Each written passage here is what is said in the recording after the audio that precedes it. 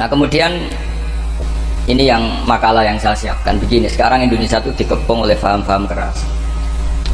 Sebetulnya untuk menghadapi paham-paham keras itu yang paling hebat tentu ilmu. Al-Fatihah. Bismillahirrahmanirrahim. Ar-Rahmanirrahim. Surah Khairil Maghdubi 'alaihim waladdallin. Terus niki napa niati nggih dawuhe Mu'ad bin Jabal niku ta'alu bina nu'min sa'atan. Terus Mu'ad bin Jabal teng riwayat Bukhari sering dawuh, ayo rene moro aku, ayo do iman bareng-bareng. Dados ngaji kados ngeten niki termasuk nambahin napa iman. Manusia itu diwatakkan untuk mencintai fitrah salimah. Sehingga dalam tradisi jahiliyah sekalipun ketika Rasulullah mulai dakwah, itu kata orang-orang Quraisy, Muhammad, kalau kamu ingin aneh-aneh itu karena ingin kaya, jama'na laka malan, kita kumpulkan harta, kemudian Anda jadi orang paling kaya. Kalau kemudian Anda ingin dari aneh-aneh itu mendapat perempuan, kata orang Arab jahiliyah sebelum ada Islam, kata mereka juga, zawwasnakaha, maka perempuan itu yang kamu cintai, kita akan mengkawinkan, menikahkan kau dengan dia. Artinya adatun nikah itu adat yang dahulu, dan mulai dulu yang namanya nikah itu melibatkan wali, melibatkan keluarga. Makanya diantara pujian tiba berjanji terhadap keluarga Rasulullah SAW adalah tarakus sifaha falam yusibbu ma'aruhu min adami wa ila abihi wa ummi. Sehingga sifah ini yang definisinya ya jelas, nikah definisinya juga apa? Jelas. Kalau ada orang tertentu yang belum jelas definisi itu sudah di bawah awam lagi. Sudah tidak awam tok, tapi sudah di bawahnya, di bawah nol. Sehingga nggak usah dilawan orang-orang yang punya nilai kayak kita ini. Karena tadi zaman jahiliyah saja, jika Muhammad kamu ingin aneh-aneh itu, ingin nikah, zawwasnakaha, kita akan nikahkan kamu dengan perempuan yang kamu inginkan. Nggak ada dalam satu riwayat pun yang dikatakan maka saya sewakan atau saya bookingkan, tidak ada. Semua redaksi zawwasnakaha. Itu artinya ada seremonial akad yang bernama apa? Nikah. Makanya dipuji tarakus sifaha falam yusibhum aruhu min adami wa ila abihi. Kemudian dalam fikih juga dikatakan nikahul jahiliyah adalah sah, tidak perlu ditasdid. Saya ulang lagi ya, nikah fil jahiliyah itu tidak perlu ditasdid fil Islam, asal tidak ada mufsid yang berarti. Misalnya begini ya, kita tidak pernah dengar sahabat-sahabat yang masuk Islam kemudian nikahnya ditasdid oleh Rasulullah SAW. Itu menunjukkan peradaban nikah ini ma'ruf. Kecuali nikah ada mufsid yang permanen, misalnya menikahi saudara kandung atau nikahi buliknya atau nikahi mbahnya, dan itu hebatnya nggak terjadi dalam kafir jahili. Semua nikahnya normal dan dengan wali, sehingga Anda tidak perlu menyaksikan aturan-aturan fikih yang sudah dibakukan oleh ulama. Jadi nggak usah risau sama. Pokoknya sama yakin saja ja'al haqqu wa zahaqal batil innal batila kana zahuqa. Nah kemudian ini yang makalah yang saya siapkan begini. Sekarang Indonesia itu dikepung oleh paham-paham keras. Sebetulnya untuk menghadapi paham-paham keras itu yang paling hebat tentu ilmu. Dalam banyak cerita, banyak saksinya juga. Pernah, ini masyhur sekali cerita ini. Saya Syarawi itu ketemu orang ekstrim yang mau ngebom orang-orang Islam yang sedang main di bar. Dugem lah kira-kira gitu. Karena di dunia Allah kok masih ada, ini baiknya mati aja daripada hidup, daripada ngeleng-ngeleng bumi gitu. Terus ditanya sama si Syarawi, kalau betul mereka jadi mati, aina masiruhum, lalu mereka mati terus kemana? Dijawab oleh ekstremis tadi, ya ilanar, karena mereka matu fi finil maksiyah, mati ketika maksiat. Terus jawabnya si Syarawi, lalu kalau mereka ke neraka itu keinginan Rasulullah apa keinginan kamu? Apakah pernah Rasulullah itu berkeinginan umatnya mati masuk neraka? Ya enggak. Ya sudah, kalau itu tidak keinginan Rasulullah jangan lakukan. Itu kan satu ilmiah yang luar biasa. Rasulullah tidak pernah ingin umatnya mati dalam keadaan siap masuk neraka. Makanya tidak usah mati pas itu ya. Bener MC tadi, kalau mati milih tanggal dan milih tempat. Ya itu diantara pujian-pujian yang masyhur tuh, yang dulu sahabat ada yang muji Rasulullah itu khuliqta mubarra'un min kulli aibin fakaan nama khuliqta kama tasa. Jadi itu sebenarnya makalahnya sahabat, tapi yang untung Mustafa aktif karena dapat uang banyak dari nyanyi. Jadi itu sebenarnya makalah normal dari pujian seorang sahabat, tapi yang untung Mustafa aktif. Mungkin yang untung juga pengundangnya karena ternyata abadi ya. Tapi itu makalah itu dah. Nah, cerita Imam Sa'rawi tadi, Sa'rawi Sa'rawi Mutawali Sa'rawi ya. Mufassir itu. Saya punya kitabnya itu 27 jilid. Saya sebagai peneliti itu ya ndak tasdek amat karena saya butuh adit ya, butuh penguat itu. Dan penguat itu pula yang saya bawa ke sini. Ya ini saya baca terjemahnya dulu, nanti saya baca Arabnya supaya dapat barokahnya Rasulullah SAW sebagai Jami'ul Kalim. Nabi pernah didatangi seorang bedui. Bedui itu Arabi, orang kampung. Minta sama Nabi, karena Nabi itu udah orang kaya, tentu kira-kira saya bayangkan ya dikasih 50.000 atau 10.000. Si Arabi ini tidak terima, dan tidak terima ngomong di depan umum. Ketika Rasulullah tanya, apa saya sudah baik sama kamu? Kata si Arabi tadi, tidak. Karena kamu kikir hanya ngasih saya segini. Sahabat hampir marah saja karena Nabi tersinggung gitu. Tapi Nabi lalu mengajak orang itu ke dalam rumah. Kira-kira kalau Indonesia mungkin ditambah 200.000 atau 300.000. Kemudian, apa ini cukup? Ya cukup. Kamu sudah puas? Ya puas. Fajazakallahu min ahlin wa asyiratin. Dipuji-puji Nabi. Kemudian kata Rasulullah, ayo kita keluar. Keluar nemuin khalayak begini. Khalayak rame kan. Kamu tadi mengkritik saya, menghujat saya di depan umum. Maka kamu sekarang harus memuji saya di depan umum supaya clear. Akhirnya mau dia, oke kita mau. Akhirnya muji-muji bahwa Muhammad orang baik, dermawan gini. Setelah itu dia pulang. Hebatnya Rasulullah ketika pulang kata Nabi begini, sabda Nabi begini, kalau saja dia pas benci saya itu kok mati. Saya ulang lagi, kalau saja dia pas komentari saya buruk tadi kok mati, maka dia mati sebagai min ahlin nar karena berstatus pencaci maki Nabi. Akhirnya dia muji Nabi itu lewat disuap, lewat dikasih uang lagi. Loh itu sudah sah. Jadi saking baiknya Allah, Islam suapan itu juga sah. Itu kan muji Nabi itu karena di suap. Makanya ini penting. Sehingga dalam khazanah Islam itu memang agak aneh-aneh. Jadi di antara ceritanya dalam hukum-hukum Islam itu ada orang fasiknya minta ampun, tapi minta karena iman sama hadis bahwa nanti kalau ada orang mati disaksikan orang dua, apalagi kalau 4 min ahli jannah, maka dia min ahli jannah. Itu dia fasiknya minta ampun, nyewa orang. Nanti kalau saya mati bilang saya orang baik. Betul. Setelah dia mati bayar. Ini baik. Satu kampung nggak ada yang percaya ini saksi bohong. Tapi sama Allah diampuni karena kesaksian suapan. Lalu berarti jangan ngalah suap ya enggak, saya ada ngalah suap, ngalah sedekah. Karena sekarang kalau ada caleg bayar katanya sedekah. Ya sedekah terpaksa.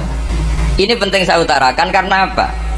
Allah itu menilai itu tidak sama dengan pikiran kita. Makanya kubu sebelah itu terlalu ekstrem, memaksa Allah berpikiran kayak dia. Satu karena kurang ngaji. Nomor dua ya tadi emosinya lebih tinggi ketimbang intelektualnya. Ini penting saya utarakan. Ternyata orang yang jawab tadi apa nilainya plus, yaitu dia iman sama dawai Rasulullah SAW. Kalau yang namanya saksi itu penting, cuma dia mendapat cara itu lewat suap. Tapi kan iman kalau dawai Nabi itu benar, kalau ada saksinya pasti min ahlil jannah. Terus dia cari saksi harus dibayar. Sekarang sama iya 1 juta nah. Sekarang saya tanya di KPPS atau di mana-mana saksi pemilu itu dibayar enggak? Dibayar sah apa enggak? Sah. Jadi kadang kebenaran itu harus dibayar. Ini penting saya utarakan karena ada orang perempuan cantik dirayu, digaji supaya main di niklab, dibayar jadi orang maksiat. Lalu mungkin ada ustadz gaji dia, bayar dia supaya mondok. Gak tahu terusannya apa, terus diwayah apa enggak tahu saya.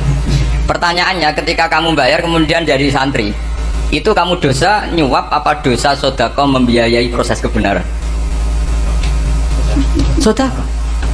Tapi kalau yang bayar untuk jadi pegawai niklab maka membiayai kemaksiatan. Maka pembiayaan ini penting secara fikih. Arahnya kemana? Ke hak apa ke batil? Sehingga di Fathul Mu'in diterangkan misalnya ada orang layak jadi pemimpin dan kemudian rivalnya itu orang yang menyesatkan atau calon perusak bangsa, ya maka calon pemimpin yang soleh itu wajib berkompetisi meskipun bibadlil mal. Karena kalau yang mimpin orang fasik, kampung ini rusak. Kalau yang mimpin orang soleh, kalau nggak bayar juga nggak jadi, maka wajib bayar. Lah yang soleh bayar ini berstatus sedekah, tapi yang batil ini berstatus suap. Kenapa demikian? Karena yang namanya riswah atau ada yang baca ruswah adalah pembayaran untuk mengehakkan barang batil dan membatilkan barang hak. Sementara pembiayaan orang soleh adalah untuk memperkuat hak. Nah orang tuh nggak tahu, yang ngajinya tidak hatam-hatam tuh taunya pokoknya ar-rosi wal murtasi benar. Tapi nggak pernah mikir lalu definisi riswah atau ruswah itu apa. Ini bukan provokasi supaya semua calon bupati, gubernur nyuap, enggak. Hanya nyuruh mereka sedekah saja. Jadi kalau nggak jadi, tapi sedekah betul ya, kalau nggak jadi ya tetap ikhlas. Dari awal memang sedekah. Lah soal gremeng ya bawaan manusia gitu ya. Ya nggak apa-apa namanya itu gremeng. Ini penting saya utarakan, makanya menurut saya itu bangga dengan Pak Hamid karena sepupu mbah saya itu karena alimnya. Meskipun banyak orang mensifati beliau wali dan memang wali betul, tapi saya tetap menstatuskan beliau orang alim yang dari kelaziman alim itu beliau wali. Jangan dibalik, wali dulu baru alim. Karena dalam beliau orang Lasem dan kaidah di Lasem itu fakullu alimin waliyullah walaysa kullu waliyillah aliman. Jadi kalau kaidah di daerah Jawa Tengah itu semua orang alim pasti wali, tapi kalau wali tidak mesti alim. Sehingga kalau menstatuskan alim itu keren. Kalau di Jawa Tengah status alim itu keren. Dan soal keramat yang kaitannya dengan Mbah Mun itu masyhur itu dulu ketika Mbah Hamid santai-santai sama Pak Detaibur sama keluarga. Beliau mau istirahat, kemudian yang datang Kiai Maimun, Mbah Mun zaman itu masih dipanggil Gus. Sopo pur, ada Pak Taifur di situ. Kata Pak Detaibur, saya kalau manggil Pak D itu Gus Mun. Dan itu Mbah Hamid ngendikan rojulun alimun waliyullah. Itu orang lelaki yang alim yang waliyullah. Jadi beliau muji Mbah Mun juga alimun dulu, rojulun alimun wali. Ini penting saya utarakan karena kesanatan keilmuan beliau jelas dari beberapa keluarga di Lasem. Karena di daerah Fakhriyah itu yang tempat lahirnya Pak Hamid juga lahirnya mbah saya. Itu mbah-mbahnya sudah orang alim, termasuk Kiai Sidik Jember itu juga lahirnya di kawasan pondoknya Pak Hamid Fakhriyah. Kemudian Kiai Sidik punya anak yang namanya Ahmad Sidik yang jadi Rois Am yang sekarang ada Gus Wirjon macam-macam, itu semuanya juga keluarga Lasem. Nah saya cerita keluarga ini penting bukan karena tafakhur atau tabai, bukan, karena Allah itu membuat satu tradisi besar memang lewat dzurriyyah. Sehingga Allah ngendikan misalnya ulaikal ladzina an'ama Allahu 'alaihim minan nabiyyin min dzurriyyati Adam wa mimman hamalna ma'anu wa min dzurriyyati Ibrahim wa Israila wa mimman hadaina wastabaina. Karena tanpa dzurriyyah itu enggak ada tradisi, enggak ada kultur. Misalnya saya menjadi hafal Quran, dulu bapak saya itu tiap zaman Pak Hamid masih sugeng, yang semaan di sini itu pasti bapak saya, namanya Kiai Haji Nur Salim. Kadang diajak baca Quran di kamarnya Kiai Hamid. Karena kalau bapak saya itu mantu ponaan sama Pak Hamid. Itu dulu bapak saya memotivasi saya supaya hafal Quran itu gini, kowe kudu hafal Quran. Nak kowe hafal Quran, iku kepaten ober. Kok anak merapal luwe duwe alasan. Jadi kalau ada Gus tidak alim itu mesti salah bapaknya. Karena kalau bapaknya bisa baca wahab, anaknya mau baca primbon tuh malu. Tapi kalau bapaknya sudah bacanya WA, anaknya jadi primbon. Era itu sudah dukun. Era itu sudah kayak Dimas Kanjeng, nanti itu pasti. Karena nggak ada rasa malunya. Tapi kalau bapaknya alim, baca wahab misalnya, juga kona'ah, anaknya juga itu figurnya. Terus cucunya juga gitu figurnya. Makanya disebut dzurriyatam ba'duha min ba'd. Ini penting. Dulu Mbah Mun itu sering ijazahi saya, itu persis ijazahnya bapak, ijazahnya Pak Hamid. Kalau punya amplop itu ya dibeda-bedakan, ini amplop dari tamu, ini dari pejabat, ini dari orang fakir. Sehingga penggunaannya juga sesuai itu, tidak serampangan. Karena dianggap amanat, kalau kita salah tasarruf maka menjadi hisab. Kalau sekarang nggak salah dikumpulkan. Orang desa salam template wadol pitik kuru, wedhus kuru, ambek guse dikutuku HP seri terbaru, itu kan kasihan ya. Padahal si salam template itu ibunya kerja di Malaysia, mungkin gelantungan ngecat tembok di Malaysia. Hasil salam template digugus tuku HP terbaru, itu kan gak imbang. Nah tuku tasbih kan sumbut. Ini bukan nyindir tapi ngamuk. Jadi ini penting karena semuanya itu ada hisabnya. Walatus alun yauma idzin anin nahyi. Karena tradisi ini harus kita teruskan ala qadri istiqomah. Karena itu nanti yang mengawal ilmu. Kemudian termasuk tradisi mengakui santri goblok, ini penting. Itu nggak ada santri sebarokah santri goblok. Makanya dulu Mbah Mun, Mbah Hamid, Kiai Alim itu kalau sama santri goblok ya tidak benci. Nggak kayak sekarang semua orang bikin sekolah unggulan. Sekolah unggulan itu kritik saya hanya memproduksi orang-orang yang nantinya mendapat. Kalau kamu punya santri hafal Quran, nanti hadiahnya umroh, langlanya umroh, santri pinter hadiahnya beasiswa. Tapi hubungannya sama negara itu mendapat. Sementara santri yang goblok hidup di pedalaman Kalimantan, karena di sana belum ada masjid, bikin masjid dia. Sebagian hartanya dipakai masjid, sebagian hartanya dipakai bangun masjid. Ini yang goblok pendiri masjid, yang pinter pengajian di masjid dibisarohi uang kas masjid. Artinya gini, ya kalau halalnya halal, tapi kita mbok yo roh hikmahnya orang-orang goblok itu.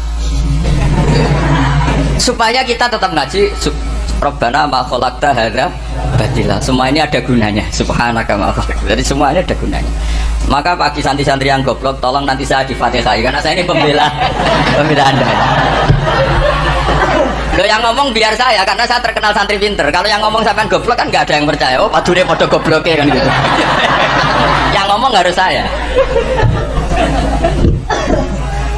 Saya itu niru Rasulullah Shallallahu Alaihi Wasallam. Nabi itu kalau ada santri serabakat pinter itu diwaris sak surat usung nang mulai pinter. Banyak itu. Balibu ani walau ayah ada sahabat ngaji hanya diajari idza zulzilatil ardu sudah kamu pulang sudah pinter. Karena betul. Sekarang coba diangan-angan, ada santri alim alamah, mungkin bakasnya furu'iyah, gimana hukumnya Jumatan jumlahnya itu 40 kurang atau 40 pas imam.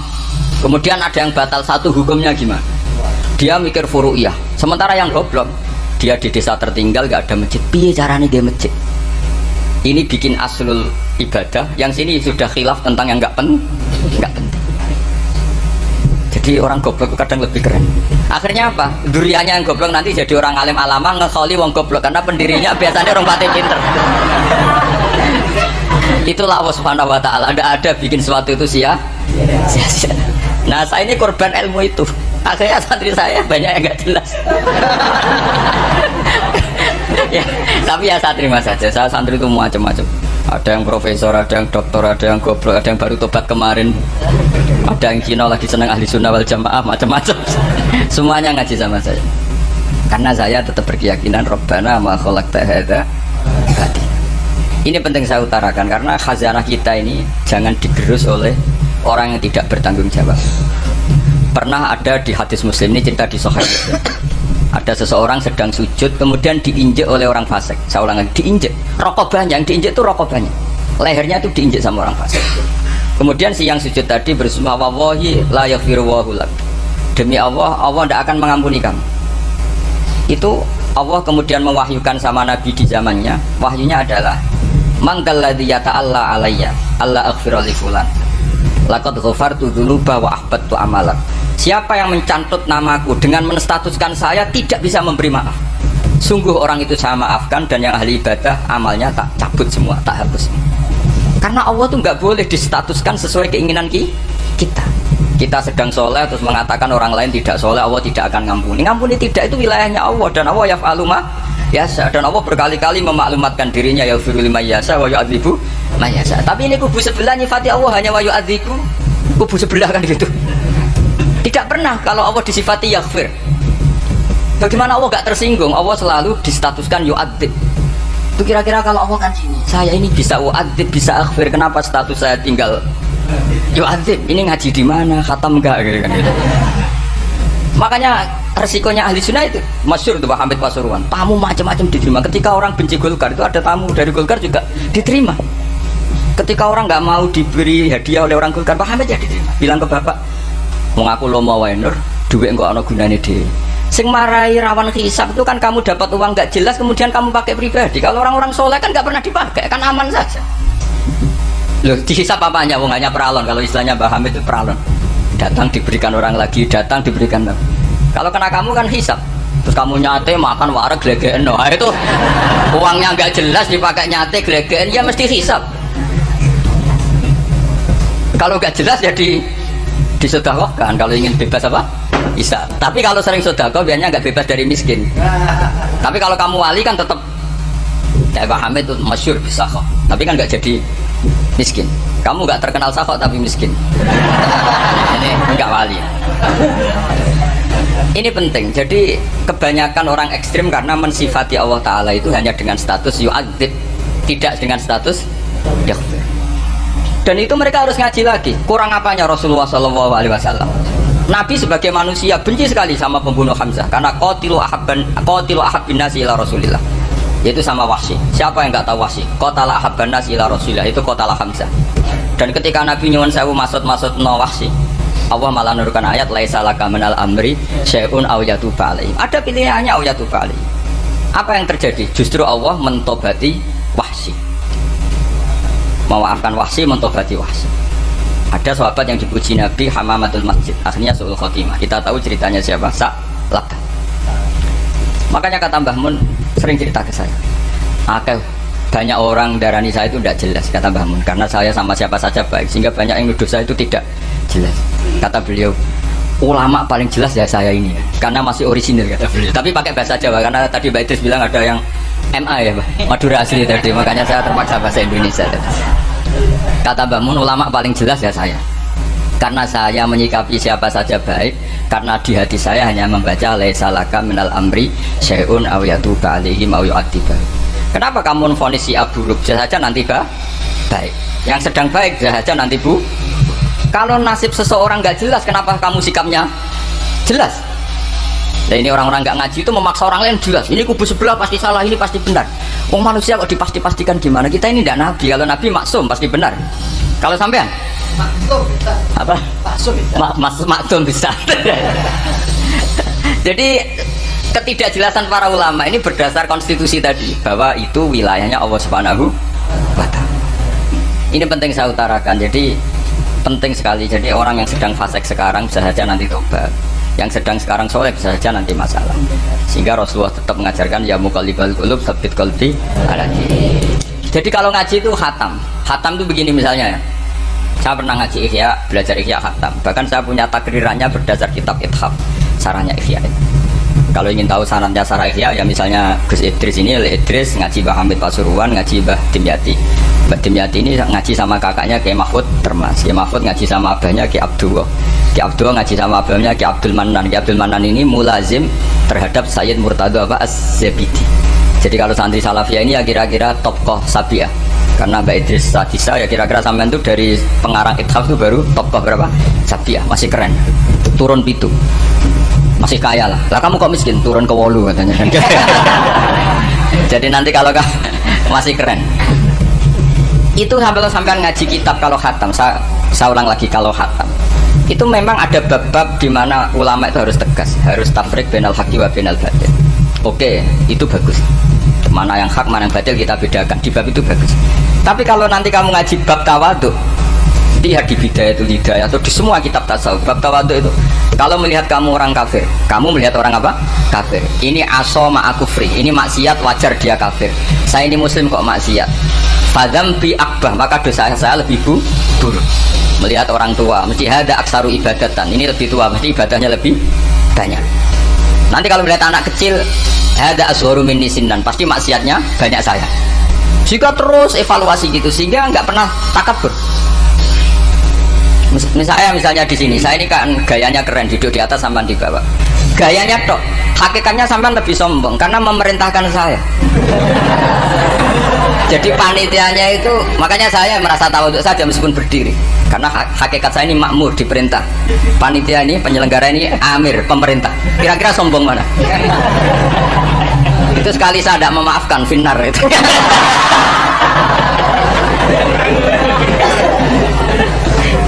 Tapi insya Allah tak maafkan. Iya masih insya Allah. Jadi ini penting. Jadi mbok ya orang-orang yang ekstrim itu mikir keinginan Rasulullah SAW itu umatnya meninggal dalam keadaan baik. Makanya benar tadi, notulen tadi, kalau doa, kalau ingin mandi itu memang harus ada jadabnya. Tapi yang asli loh ya, jangan gaya-gayanan. Ya asli betul, yang nggak khilaf memang asli. Itu ada seorang wali doa di depan Nabi itu begini, ya Allah, saya harus jadi orang soleh. Allah diharus-haruskan itu kan nggak sopan ya. Ya Allah, saya ini harus jadi orang soleh. Kenapa? Sekali saya soleh, maka surroh habibu, yang senang kekasihmu. Sekali saya fasik, maka yang senang musuhmu, yaitu iblis. Tinggal jenengan milih mana, nyenangkan kekasihmu apa nyenangkan musuhmu. Akhirnya ada batahu, ya sudah soleh aja soleh, ini kok doa kok neror orang ini. Kira-kira gitu. Jadi ya Allah, saya harus jadi orang soleh. Kalau saya jadi orang soleh, surroh habibuk, yang senang kekasihmu. Kalau saya jadi orang fasik, yang senang musuhmu. Sedangkan tinggal milih saja, menyenangkan kekasihmu apa menyenangkan musuhmu. Kira-kira Allah senang mana? Senang menyenangkan. Wah, itu doa paling mustajab. Tapi syaratnya harus anti bikolbin dan dari ijazah nggak mandi, itu ijazah nggak mandi. Maka ini tidak saya ijazahkan. Nanti kalau kamu ngalami isak sendiri, ngalami wujdi sendiri, terus ngalami itu, insya Allah makbul. Tidak mau gaya-gaya dan copy paste, nggak diterima itu. Jadi wali-wali dulu itu kalau berdoa itu sederhana, tapi dari hati yang paling dalam. Makanya Nabi Musa itu terkenal, orang paling seenaknya sendiri dan Nabi Musa hubungannya dengan Allah. Tapi sama Allah dimaafkan karena orisinil, tidak bikin-bikin. Rasulullah juga itu, kalau sudah marah itu doanya. Cuma celakanya ditiru Nira Warisman dulu. Nabi itu ketika perang Badar itu jelas kalah, nggak mungkin menang, sudah jelas kalah. Nabi hanya 313, orang kafir 1000 dengan perlengkapan apa? Sudah lengkap semua. Setelah perang dilihat itu jelas kalah. Seri awal yang memang kalah betul. Doanya Nabi apa? Allahumma intuhlik hadil isobah lam tu'bad ba'dal ya. Ampun Gusti, silahkan bikin kalah, tapi ra ono sing roh jenengan pangeran. Mohon lahiran jenengan dadi pangeran, ra ono sing roh. Enggak ada ibadah. Intuhlik hadil isobah lam tu'bad ba'dal ya. Kalau engkau menghancurkan kelompok saya ini, jenengan sebagai Tuhan tidak ada yang nyembah lagi. Karena yang nyembah tinggal kelompok kita. Tapi yang ngendikan Nabi, kalau kamu niru tidak bisa. Gak bisa kamu doa, ya Allah saya ini santri salafiyah, kalau saya bodoh menjadi presiden buruk terhadap alumni salafiyah. Gak apa-apa sekali-kali doa gitu. Tapi kata Allah lainnya masih banyak.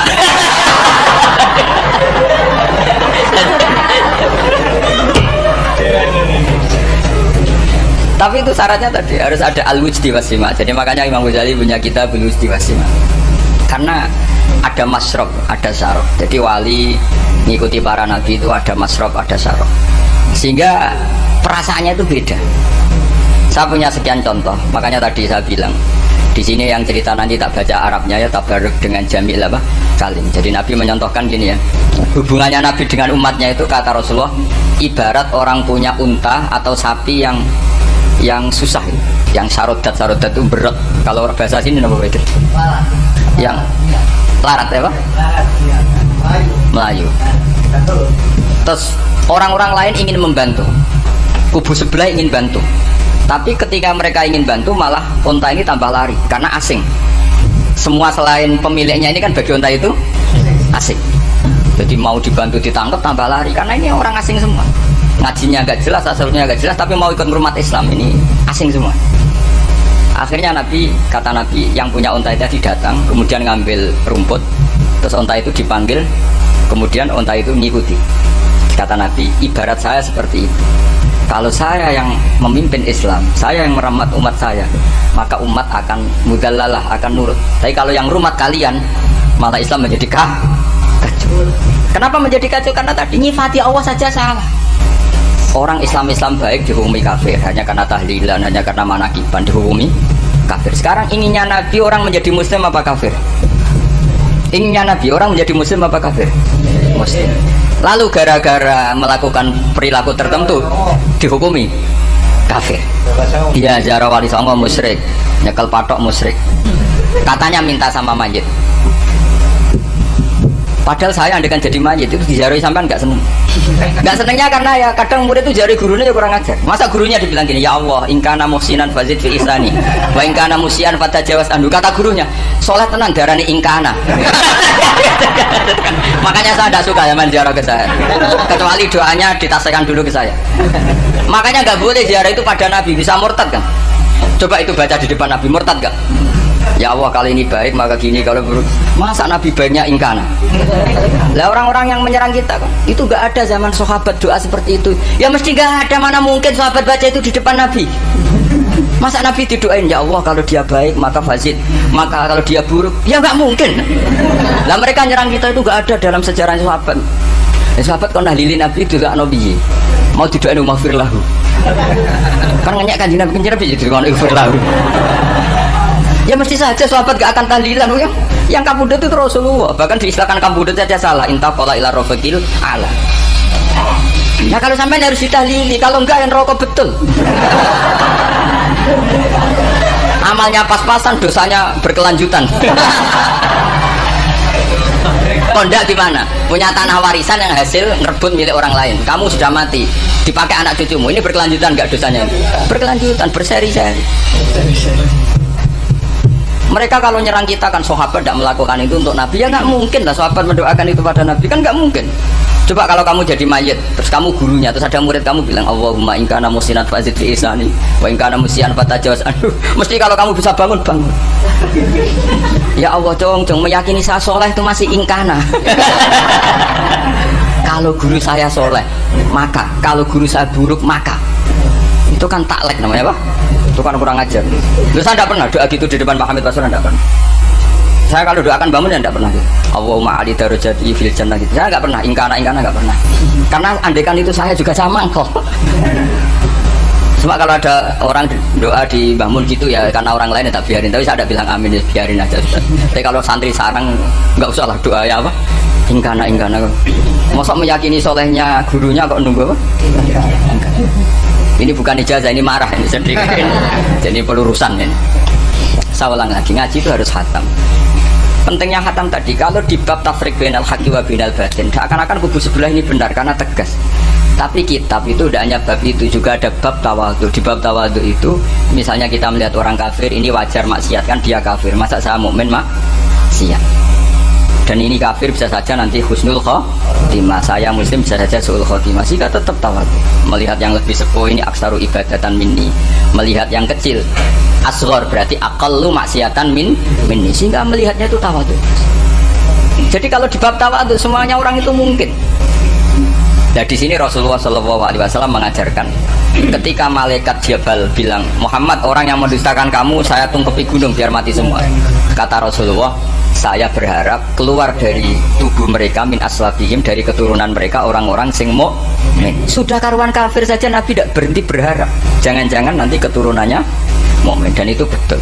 Kita tahu Abu Lahab punya anak Darrah itu mukminah, Abu Jahal punya anak Ikrimah juga mukmin. Dulu Walid bin Mughirah musuh besarnya Rasulullah punya anak Khalid bin Walid. Sekarang orang-orang yang abangan gak hafal Quran, kadang anaknya hafal Quran lewat program PTP gitu ya. Kadang yang hafal Quran malah anaknya tidak hafal. Makanya kalau pas wisuda sampai bingung, gurunya itu sampai nangis. Kenapa nangis? Ini anaknya orang gak hafal Quran tak wisuda hafal, saya gurunya tidak hafal gitu. Nah kenapa bisa jadi hafid? Karena guru sewaan gitu. Itu banyak sekali. Ini penting saya utarakan supaya ekstremitas itu berkurang. Logika-logika yang dibangun ulama itu ngikuti riwayat. Agama itu ngikuti riwayat, bukan sekedar akal. Saya punya contoh ketika kitab Ihya menutup kitabnya, yaitu Imam Ghazali. Itu ada dua orang. Ini di akhir kitab Rojak dan dipakai nutup kitab Ihya sebagai rojaknya Imam Ghazali. Ada dua orang min ahli nar dipanggil sama Allah. Ini sekaligus ijazah, kali ini ijazah betul. Yang dipanggil di ke surga itu masih muqayyad dan biangkalil jahim, masih muqayyad, masih dibelenggu sama atribut neraka. Terus sama Allah ditanya, dia jong kabarin rokok, wah syarro makanan kustimun rokok jangan takut, sekarang raina aja. Terus kata Allah, ya sudah kamu kembali ke sana karena kamu memang orang fasik. Itu lari, semangat mau ke neraka. Ini ijazah. Semangat disuruh kembali ke neraka itu semangat lari. Allah tanya, loh Jong kenapa kamu semangat? Ya Allah, saya ini sudah kapok. Dulu ketika di dunia kamu perintah, engkau perintah saya tidak semangat. Maka kali ini jenengan perintah saya semangat. Karena saya sudah kapok. Setiap engkau perintah saya ada lari semangat ke neraka. Nah barokahnya semangat masuk neraka ini, kata Allah, ya sudah kamu di surga saja. Maka ijazah nanti kalau ada pengumuman silahkan masuk neraka, kamu harus lari sekencang-kencang. Karena itu perintah Allah apa? Yang ketika kita di dunia kalau diperintah males-malesan. Kalau kamu diperintah sholat subuh jamaah kan malas-malasan. Dan itu menjadi kita masuk neraka. Sebagai kafarah itu ya, karena ini perintah engkau, saya tidak malas-malasan lagi. Wes ngebalikin rokok, lari semangat. Allah akhirnya harus dimaafkan. Panggil lagi, sudah di surga saja. Barokahnya semangat masuk neraka. Nah, ini ijazah ini. Ya diterima ya. Kok enggak semangat terima ya. Yang kedua enggak. Sudah kamu kembali ke neraka, pelengahan gitu. Enggak semangat. Allah dilihat enggak semangat. Kenapa kamu toleh-toleh ya Allah? Saya tidak pernah ngira ketika engkau manggil saya ke surga, kemudian engkau kembalikan lagi ke neraka. Ya sudah di surga saja, barokahnya husnudzon. Jadi ini ijazah, kamu milih dua itu, milih yang mana terserah. Artinya apa? Logika kamu itu tidak mesti masuk apa yang dilakukan oleh Allah Subhanahu wa Ta'ala. Itu logika kamu kan tidak masuk, tapi Allah yaf'alu ma yasha. Ini penting saya utarakan. Nah tapi orang-orang ekstrim itu maunya nyifati Allah dengan status yu'adzib, yang takim, jabbar, qahar. Sifatnya Allah Ta'ala itu 99. Kenapa apa kamu hanya satu? Jadi tetap saja menghadapi fenomena seperti ini tetap laisa laka minal amri syai'un aw yatuba alaihim aw yu'adzib. Sehingga setahu saya Mbah Mun, Mbah Hamid Pasuruan, guru-guru kita, habaib yang alim-alim itu melihat tamu macam-macam ya dilayani semua. Karena ini ngadepi fenomena sosial yang semuanya tidak jelas. Kalau nggak jelas apa? Ya kita bisanya berharap karena afdhalul ibadah itu intidharul farad. Kalau belum Islam sekarang kita harapkan nanti. Kalau bapaknya enggak kita harapkan anaknya. Kalau anaknya belum kita harapkan cucunya. Karena agama ini limangka nayarjuwa hawal yaumal akhir. Agama ini bagi yang terus berpengharapan, bukan bagi yang putus asa. Ini yang penting saya utarakan. Jadi apalagi Allah sudah punya rencana tadi, yang goblok-goblok di pedalaman Dayak bikin masjid, yang pinter-pinter ramen lomba untuk sangu, untuk umroh. Kira-kira memberi sama mendapat pahalanya keren mana? Memberi. Tapi tidak usah jadi goblok tidak usah direncanakan, sudah terjadi. Jadi makanya saya bela karena sudah terjadi itu, tapi tidak usah direncanakan. Nanti terus wah goblok aja cara Gus Bak gak apa-apa ndak. Sudah kadung ini cuma kita itu iman ya. Jadi karena yang pinter itu yang jumlahnya tidak banyak. Ini kita bully saja. Karena kamu bully pun tetap mulia kan orang pinter ini. Tapi kalau orang goblok gak dibela habis dia. Yang pinter, buat dikritik kayak apa kan tetap mulia kan? Lah yang muji sudah banyak, saya ngeritik saja lah. Ini tidak akan jatuh. Tapi yang goblok ini kan nggak ada yang bela. Saya sebagai umatnya Rasulullah, pecinta umat Rasulullah tak bela, tenang saja. Ada hikmahnya apa? Hikmahnya orang goblok. Betul loh, saya itu sering ketemu dokter, ketemu profesor itu nangis. Tak tanya kenapa nangis. Bapak saya itu petani, saya di Jogja sampai jadi dekan, jadi rektor. Tapi saya sekarang rektor, anak saya sekedar SMP naik itu sudah senang. Nggak dengar kabar ketangkep BNN sudah senang. Padahal saya ini ahli metodologi. Ternyata pinter bapak saya. Karena bapaknya tadi hanya petani bisa menjadikan anaknya profesor. Tapi profesor tidak mesti bisa jadi. Anak saya naik SMP aja sudah senang. Karena Allah ingin membuktikan pinter kamu itu tidak ada artinya di depan iradatullah. Di depan apa? Iradatullah. Supaya orang tunduk. Lo coba yang jadi ulama tabi'in itu rata-rata abnaul mawali, anaknya budak yang dimerdekakan. Karena Allah seperti itu. Ada yang tokoh yang tadi zuriyatam ba'duham itu harus kita jaga. Saya termasuk orang yang ditakdir punya mbah-mbah alim, itu juga harus dijaga. Yang enggak alim peluangnya masih banyak sebanyak-banyaknya. Asal tadi lewat jalur sregep, dan kalau bodoh ngaji saya tak ajari robbana ma khalaqta hadza napa. Karena ayatnya gitu, min dzurriyyati Adam wa mimman hamalna ma'anu wa min dzurriyyati Ibrahim wa Israil. Terus terakhir ditutup wa mimman hadaina wajtabaina. Itu umum. Tidak jalur nasab, siapa saja yang hadaina wajtabaina. Ini penting saya utarakan. Jadi ini sebagai penutup tak baca teks Arabnya supaya kita dapat barokah jami'ul kalim. Karena sebarokah-barokahnya bahasa Jawa atau bahasa Indonesia masih barokah bahasa Arab. Cuma kalau tidak saya terjemah dulu, nanti saya baca ini kamu amin amin dikira doa aja sih. Makanya ini diterangkan dulu biar gak korban apa diamini. Karena saya ini pernah Jumatan di satu kampung, imamnya itu sepuh. Imamnya sepuh, khutbah itu gak selesai karena dia gak bisa menyelesaikan sesuai teks di bukunya itu. Yang belakang mantel terus amin amin. Akhirnya Pak Khotib ngadeg lagi, "Cungkur doa."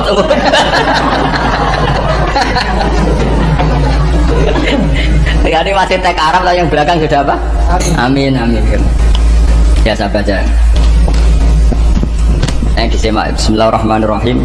Waruya anak Arabian ja'ahu yatlubu min husay'an fa'atad. Sumaqala ahsantu ilaika. Dikasih sesuatu ya tadi saya contohkan, misalnya dikasih hanya 10.000. Qala al-arabiyullah wala ajmalta, kamu ya belum berbuat baik. Faghadibal muslimun wa qamu ilaihi. Orang-orang Islam marah besar karena Nabi dikomentari la ajmalta, kamu tidak orang baik.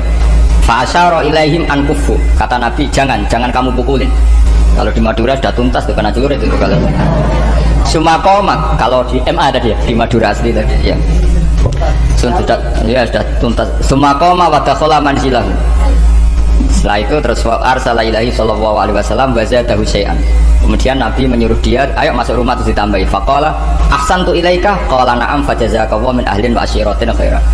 Setelah ditambah banyak sama Nabi, saya sudah baik sama kamu. Wah, baik kalau sekarang baik. Itu mengatakan baik karena ditambah uang loh.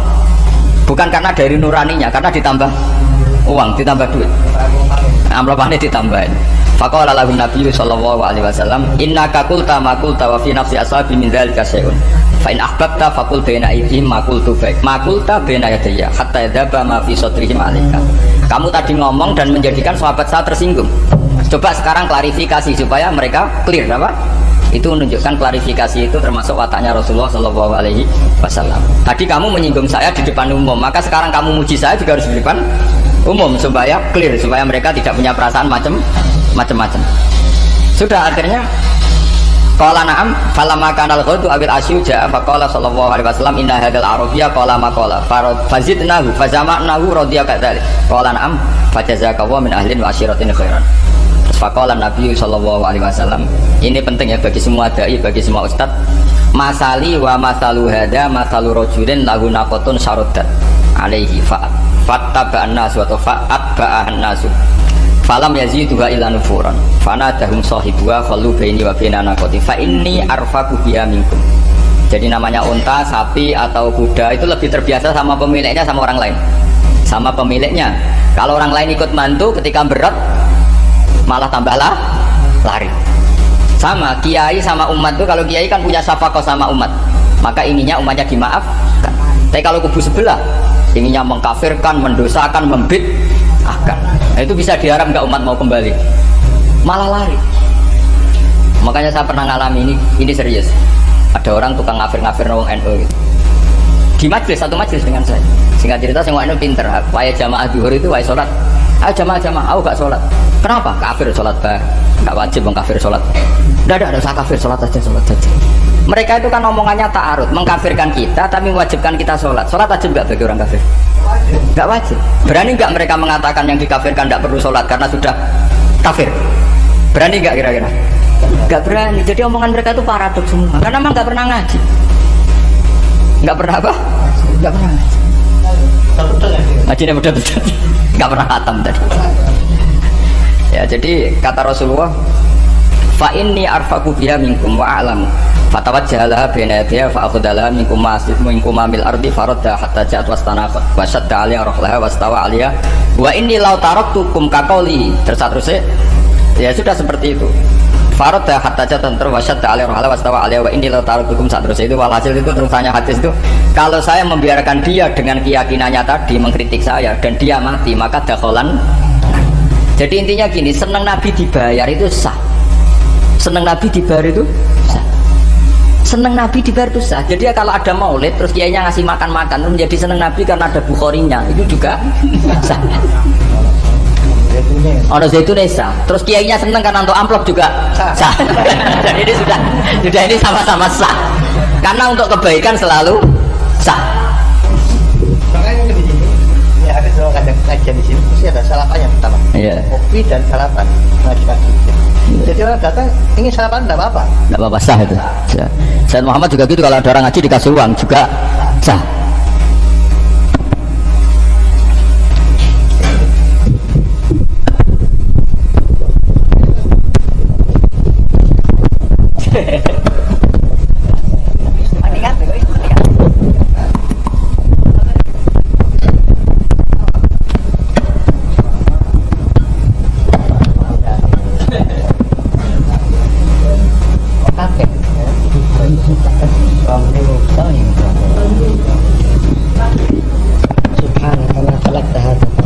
Ya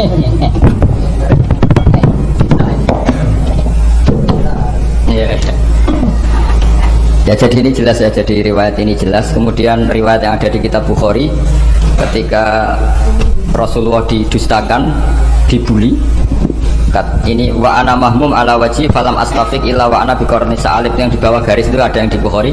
Farafatu rasi fa idzan ana bi sahabatin qad adallatni fa nadartu fa idzan fiha jibril fa nadani faqal inna wa qad sami'a qala qaumika laka wa maradtu 'alaika wa qad basa ilaika malakal jibal litamurahu bima syi'ta fihim fa nadani malakul jibal fa sallama alayhi thumma qala ya Muhammad faqala dzalik bima syi'ta in syi'ta an utbiqa alim al-akhsaban faqala Nabi sallallahu alaihi wasallam bal arju ayyukhrijallahi min aslabihim may ya'budu wa wahdah la yusyriku bihi syai'an. Jadi Nabi menghadapi yang sedang kafir saja enggak putus asa, bisa saja mereka nanti melahirkan anak-anak yang Islam.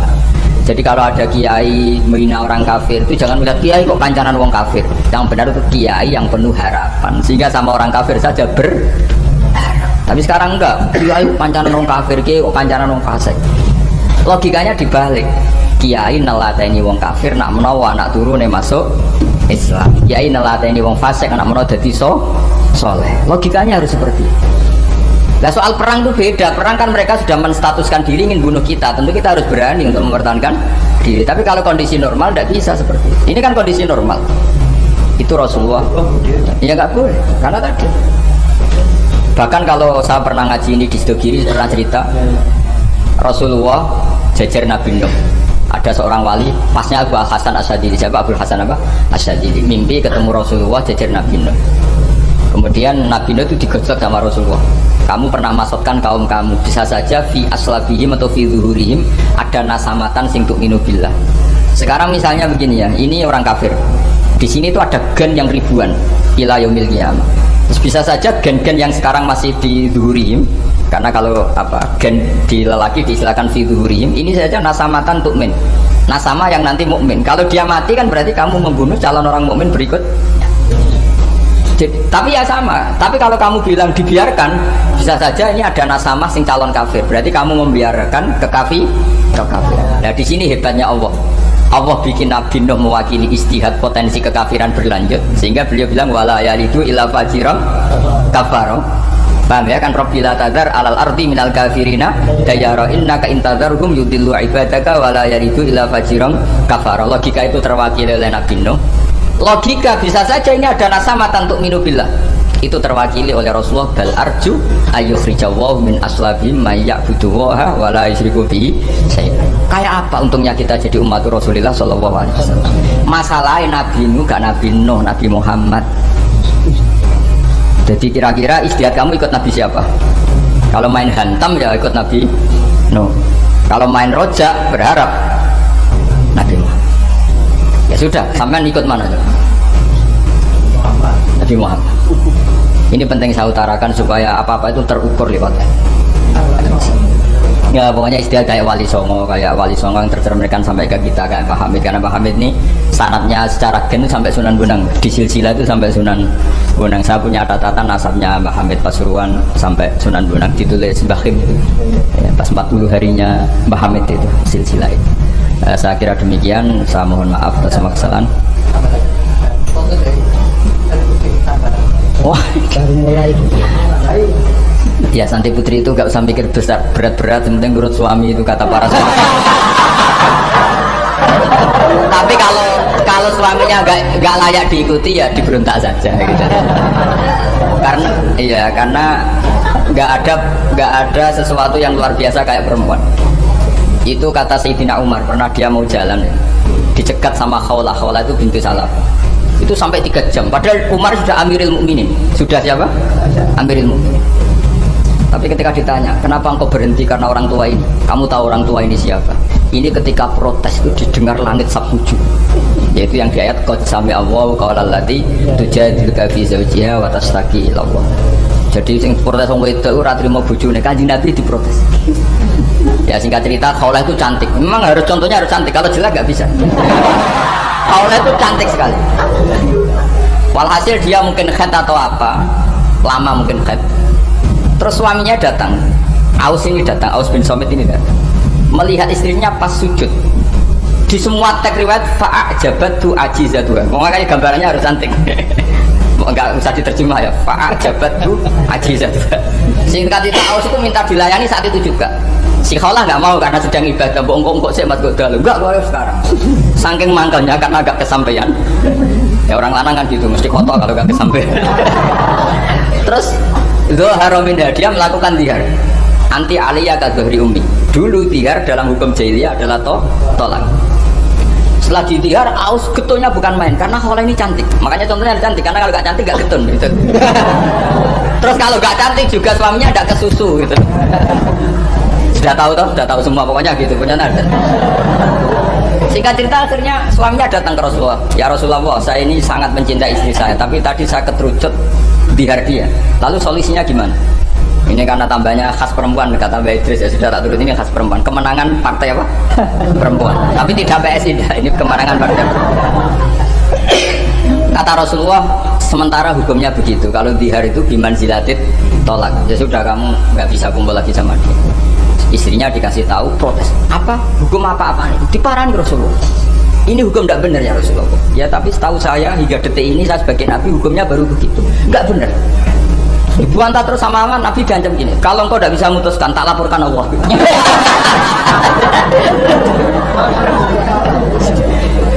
Akhirnya ini pulang betul, pulang sujud, sholat, lapor sama Allah.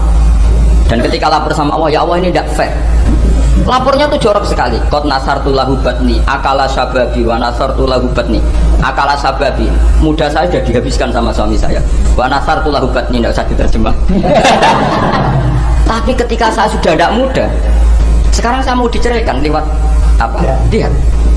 Terus wa innali aulad, dan saya ini punya anak banyak.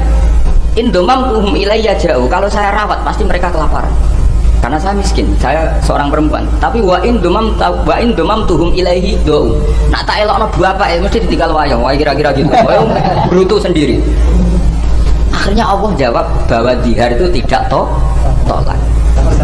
Lah akhirnya Nabi panggil perempuan tadi. Padahal Nabi gak dengar, itu di kamarnya sendiri perempuan tadi. Terus qad sami Allahu qala allati tujadiluka fi zawjiha wa tashtaki. Itu semua teks ya tujadil.